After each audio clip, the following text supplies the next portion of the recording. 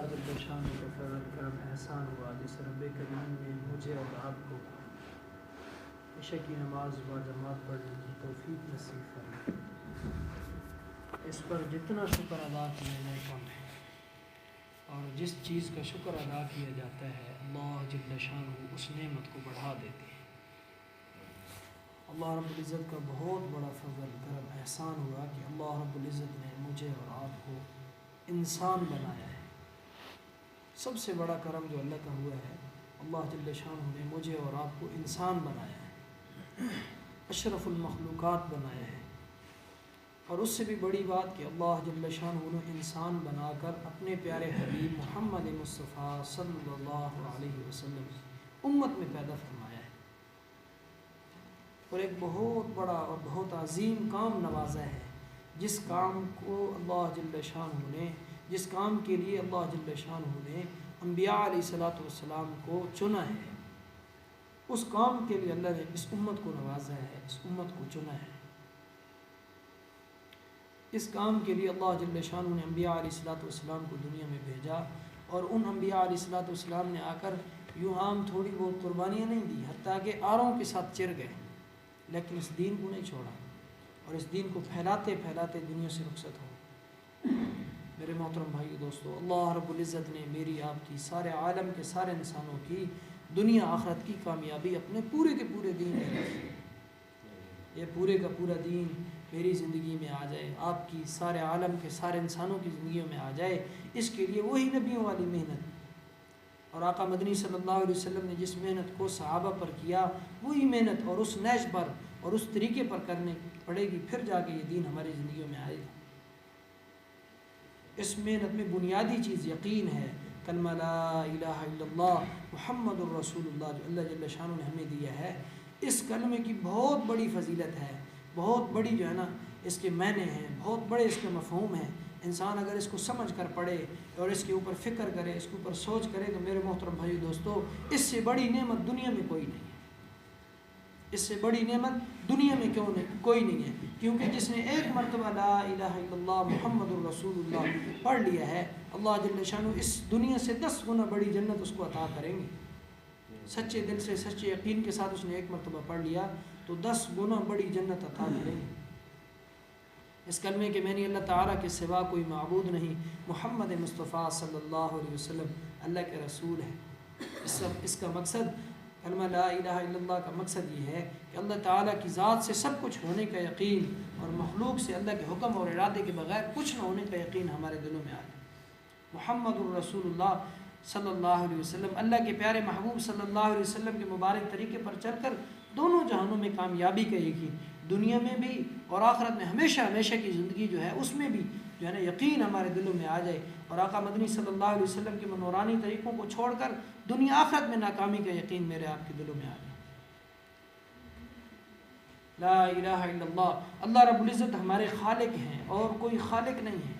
تخلیق کیا، بنایا، پیدا کیا، اور یہ نقشہ، یہ ڈھانچہ اللہ جل شانہ نے ہمیں عطا کیا ہے۔ اللہ رب العزت ہمارے مالک ہیں اور کوئی مالک نہیں ہے۔ کیسے مالک ہیں؟ سو رہے ہیں تب بھی کنٹرول، قبضہ اللہ جل شانہ کا ہمارے اوپر ہے۔ اگر ہم چل رہے ہیں تب بھی اللہ کا قبضہ کنٹرول ہمارے اوپر ہے۔ اگر ہم جو ہے نا دنیا میں جو کام، جس کام میں بھی لگے ہوئے ہیں، قبضہ کنٹرول میں اللہ کا ہے۔ ایسا مالک ہے۔ مالک اس کو کہتے ہیں جس کی ملکیت ہو، جس کا قبضہ کنٹرول ہو۔ ہم زمینوں کا کہتے ہیں نا، فلاں زمین کا میں مالک ہوں، اس پر ہمارا قبضہ ہوتا ہے، ہم اس کے اوپر حل چلاتے ہیں، کوئی اور نہیں چلا سکتا۔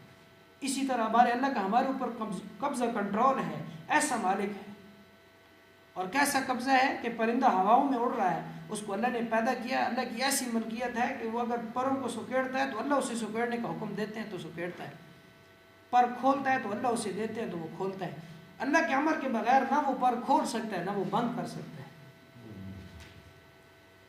اور میرے اللہ کیسے رازق ہیں کہ جو کماتا ہے اسے بھی کھلاتے ہیں، جو نہیں کماتا اسے بھی کھلاتے ہیں، اور جس کی فیکٹری ہے اسے بھی کھلاتا ہے، اور جس کے پاس کچھ بھی نہیں ہے، پہننے کے لیے کپڑا نہیں ہے، میرے محترم بھائی دوستو، پہننے کے لیے جوتا نہیں ہے، اور بولنے کے لیے زبان نہیں ہے، سننے کے لیے کان نہیں ہے، حتیٰ کہ دیکھنے کے لیے آنکھ بھی نہیں، اللہ اسے بھی کھلاتا ہے۔ ایسا کھلانے والا ہے۔ یہ جو رینگنے والے جانور ہیں، ان کے کوئی کاروبار ہیں، ان کے کوئی ہاتھ ہیں، اور ان کی کوئی جو ہے نا فیکٹری ہیں، وہاں سے ان کو کھانا ملتا ہے. اللہ رب العزت دیتے ہیں، اپنے خزانوں سے دیتے ہیں، اور دینے میں کسی کے محتاج نہیں ہے. ایسے کریم ہے، ایسے رحیم ہے، جس نے زندگی میں اللہ کو جو ہے نا مانا نہیں ہے، کلمہ لا الہ الا اللہ کا بول اپنی زبان پر نہیں لایا، اللہ کو حقیقی خالق نہیں مانا، اللہ اس سے بھی کھلا رہے ہیں. یہ ساری کائنات کا جو وجود ہے یہ انسان کی وجہ سے ہے اور اس مسلمان کی وجہ سے ہے. جب اس دنیا میں ایک بھی کلمہ لا الہ الا اللہ محمد الرسول اللہ کو کہنے والا ختم ہو جائے گا، چھوڑ کے چلا جائے گا دنیا، تو میرے محترم بھائی دوستو، یہ آسمان پھٹ جائے گا، یہ زمین پھٹ جائے گی. یہ جو زمین ہے، یہ جو پہاڑ ہے، یہ ہوا میں ایسے اڑیں گے جیسے جو ہے نا روئی اڑتی ہے، ہوا کے روئی کے گولے اڑتے ہیں، ایسے اڑے گی. اور قیامت آنے والی ہے. قیامت اس وقت آ جاتی ہے جب انسان کی روح جو ہے نا اس کی قبض ہو جاتی ہے، تو اس کے لیے قیامت شروع ہے. ہر انسان یہ کہتا ہے قیامت آئے گی تو دیکھا جائے گا. جس کو موت آ گئی اس کی قیامت شروع ہے، اس کے اوپر قیامت والے وہ جتنے بھی عمل ہیں، اس کے بعد حساب کتاب ہے، اور قبر ہے، معاشر ہے، جو آخرت کی زندگی ہے وہ اس کی شروع ہو جاتی ہے. قیامت کے بعد بھی تو یہ زندگی شروع ہونے والی ہے. میرے محترم بھائی دوستو، اس رب کریم نے مجھے اور آپ کو اس دنیا میں بہت تھوڑے وقت کے لیے بھیجا ہے، بہت مختصر وقت کے لیے بھیجا ہے، اور ایک فکر اور ایک جو ہے نا محنت کے لیے بھیجا ہے. اس محنت کو ہم اپنی صلاحیتوں کو دنیا میں لگائیں گے تو دنیا تو مختصر مل جائے گی، لیکن آخرت میں ہمارا کوئی حصہ نہیں ہے. یہ حدیث میں آتا ہے کہ جو آخرت کے طلبگار ہیں ان کو ہم دنیا بھی دیں گے، آخرت بھی دیں گے، اور جو دنیا کے طلبگار ہیں ان کو دنیا میں تھوڑا بہت مل جائے گا، آخرت میں ان کا کوئی حصہ نہیں ہے. اور میرے محترم بھائی دوستو، آج کا یہ مشاہدہ ہے کہ ہر انسان چاہتا ہے کہ مجھے دنیا مل جائے، مجھے دنیا مل جائے، مجھے مال مل جائے، مجھے دولت مل جائے، مجھے دنیا کی عزت مل جائے، مجھے دنیا کی شان و شوکت مل جائے. آخرت کی کوئی فکر نہیں ہے. تو دنیا میں تو عارضی شان و شوکت بھی مل جائے گی، عارضی کھانا پینا بھی مل جائے گا، عارضی مال و دولت بھی مل جائے گی، لیکن میرے محترم بھائی دوستو، حدیث کی روح کے سامنے اگر دیکھا جائے تو آخرت میں کوئی حصہ نہیں ہے. آخرت کی فکر کرنے والوں کے لیے دنیا آخرت میں نفع ہے. آخرت کی فکر کوشش کرنے والا، آخرت کی جو سامنے رکھ کے زندگی گزارنے والا، اللہ جل شانہ کے ہر حکم کو پورا کرنے والا، اور محمد مصطفیٰ صلی اللہ علیہ وسلم کے ہر طریقے کو سامنے رکھنے والے کے لیے دنیا آخرت میں نفع ہے، دنیا آخرت میں کامیابیاں ہیں. میرے محترم بھائی دوستو، اللہ جل شانہ نے دنیا میں یہ تھوڑا سا جو وقت دیا ہے نا، یہ اپنی تابعداری کے لیے دیا ہے. حدیث قدسی ہے کہ اللہ جل شانہ فرماتے ہیں، اے میرے بندے، ایک تیری چاہت ہے، ایک میری چاہت ہے. اپنی چاہت کو میری چاہت کے اوپر قربان کر دے، ہوگا وہ جو تو چاہتا ہے. اگر تو میری چاہت پر قربان نہیں کرے گا نا، تو تجھے تیری چاہت میں تھکا دوں گا. ہوگا وہی جو میں چاہتا ہوں، لیکن تجھے تیری چاہت میں تھکا دوں گا. آج میرے محترم بھائی دوستو، ہم اپنی چاہتوں میں تھک رہے ہیں، اپنی چاہتوں میں لگ کر چکنا چور ہو گئے ہیں، لیکن ہماری چاہتیں پوری نہیں ہو رہی. کیوں؟ ہم نے اللہ کی چاہت کو چھوڑ دیا ہے، اللہ کی منشا کو چھوڑ دیا ہے، اللہ کے پیارے محبوب صلی اللہ علیہ وسلم کے طرز زندگی کو چھوڑ دیا ہے. آج ہم ذلیل و خوار ہو چکے ہیں. ہمارے گھروں میں رسوائیاں ہیں، ہمارے گھروں میں خوشیاں نہیں ہیں، ہمارے گھر میں جو ہے نا لڑائیاں ہیں، جھگڑے. وجہ کیا ہے؟ دین ہماری زندگیوں سے نکلا جا رہا ہے. اس کے لیے یہ بیٹھنا ہے، فکر ہے، کوشش ہے کہ ہماری زندگیوں میں دین آ جائے، اور قیامت کی صبح تک آنے والا ہر انسان جہنم کی آگ سے بچ کے جنت میں جانے والا بن جائے. اس وجہ سے اس امت کو یہ لقب ملا ہے کہ خیر کا لقب ملا ہے، کہ یہ خیر کے کاموں کی طرف لوگوں کو بلاتی ہے، خود بھی بھلی بات کرتی ہے اور دوسروں کو بری باتوں سے روکتی ہے، خود بھی بری باتوں سے روکتی ہے. قرآن میں آتا ہے جس کا مفہوم ہے کہ یہ امت ہے، ان کو اسی کام کے لیے نکالا ہے، اسی مقصد کے لیے اس کو بنایا ہے کہ یہ لوگوں کے پاس چل کے جائے گی، لوگوں کو اس اللہ کی طرف بلائے گی، اور لوگوں کو اللہ کی طرف بلائے گی، اور لوگوں کو اس بات پر کھڑا کرے گی کہ اللہ کو مان لو، اللہ کی مان لو، کامیاب ہو جاؤ گے. قرآن میں آتا ہے جس کا مفہوم ہے کہ یہ وہی لوگ فلاح والے ہیں، وہی لوگ فلاح والے ہیں جنہوں نے اللہ کو مان لیا، اللہ کی مان لی، اور جنہوں نے آخرت پر یقین رکھا اور آخرت کی نعمتوں کو سامنے رکھ کے زندگی گزاری. آج میرے محترم بھائی دوستو، دنیا کی نعمتیں آنکھوں کا مشاہدہ ہے، پیسے سے مال ملتا ہے، مال سے کام بنتے ہیں، اور کام بنیں گے تو زندگی اچھی گزرے گی. نہیں میرے محترم بھائی دوستو، اگر اللہ جل شانہ کے حکم کے مطابق زندگی گزاریں گے، اس ذات کے ذمہ ہے اگر انسان پاگل ہو جاتا ہے تو اسے رزق کون کھلاتا ہے؟ اسے تو پتہ نہیں ہوتا کہ کب کھانا کھانا ہے، کب کیا کرنا ہے. سب کچھ اللہ کروا رہے ہیں. اللہ چاہتے ہیں وہ کھانا بھی کھاتا ہے، اللہ چاہتے ہیں وہ سوتا بھی ہے. تو میرے محترم بھائی دوستو، اللہ کا قبضہ کنٹرول ہے ہمارے اوپر. اس کا ہمارے اندر یقین آ جائے کہ ہماری عزت، ذلت، نفع، نقصان، موت، حیات، صحت، بیماری، یہ ساری کی ساری اللہ کے ہاتھ میں ہے.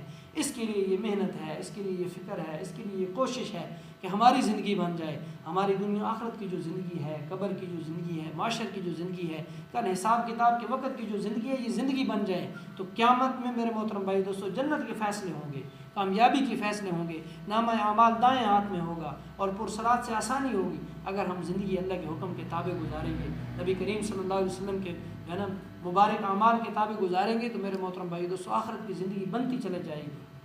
حضرت بلال حبشی رضی اللہ تعالیٰ عنہ کا واقعہ سنتے رہتے ہیں کہ کلمہ لا الہ الا اللہ زبان سے اقرار کیا تو کتنی تکلیفیں اٹھائیں.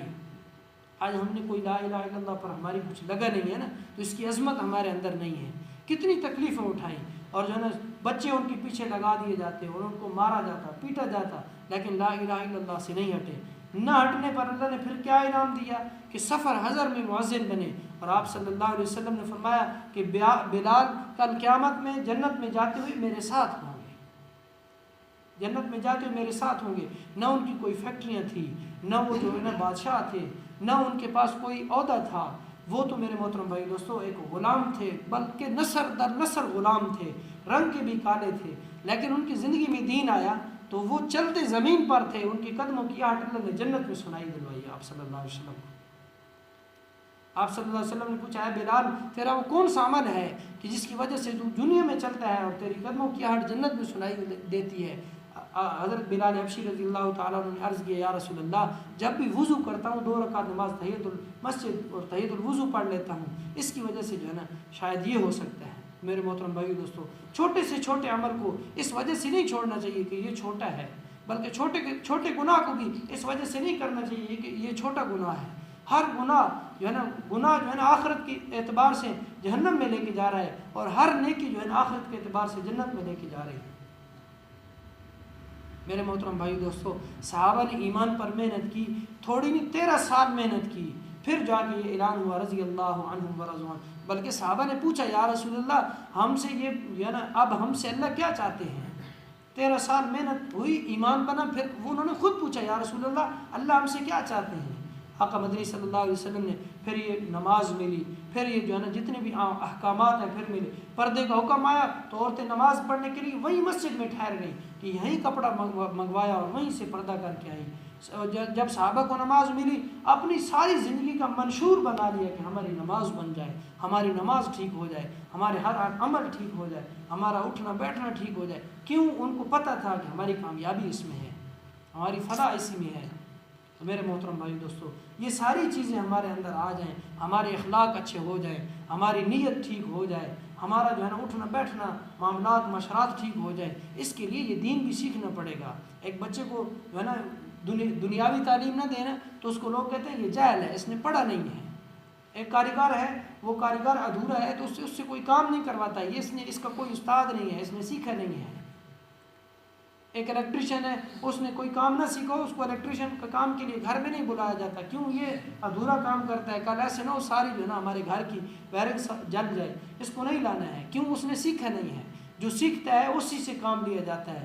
میرے محترم بھائی دوستو دین بھی ہم سیکھیں گے نہیں تو ہمیں اس کی اہمیت اور اس کے اوپر چلنا ہماری زندگی میں نہیں آئے گا. نہ ہم اس کو جتنا ہم کریں گے اتنا ہم سیکھیں گے اور سیکھ کر چلیں گے تو اور سیکھ کر چلتے رہیں گے تو میرے محترم بھائی دوستو کل قیامت میں جب موت آئے گی، سیکھتے ہوئی موت آئے گی تو کل قیامت میں اللہ جل شانہ ان لوگوں کے ساتھ کھڑا کرے گا جو لوگ اس دین پر چل کر زندگی گزار کر گئے ہیں.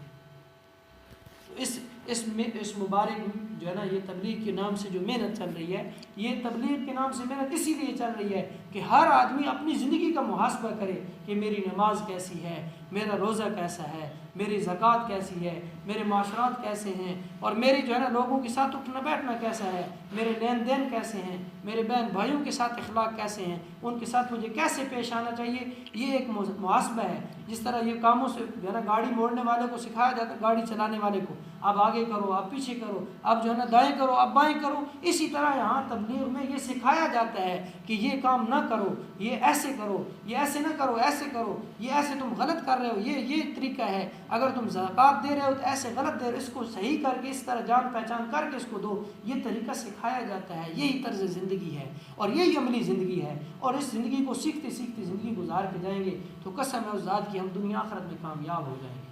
تو اس محنت کو سیکھنے کے لیے سارے ساتھی ارادہ کرتے ہیں نا، اس پر زندگی لگائیں گے، انشاءاللہ اس محنت کو سیکھیں گے. سارے ساتھی ارادہ کرتے ہیں اس مبارک محنت کو سیکھنے کے لیے.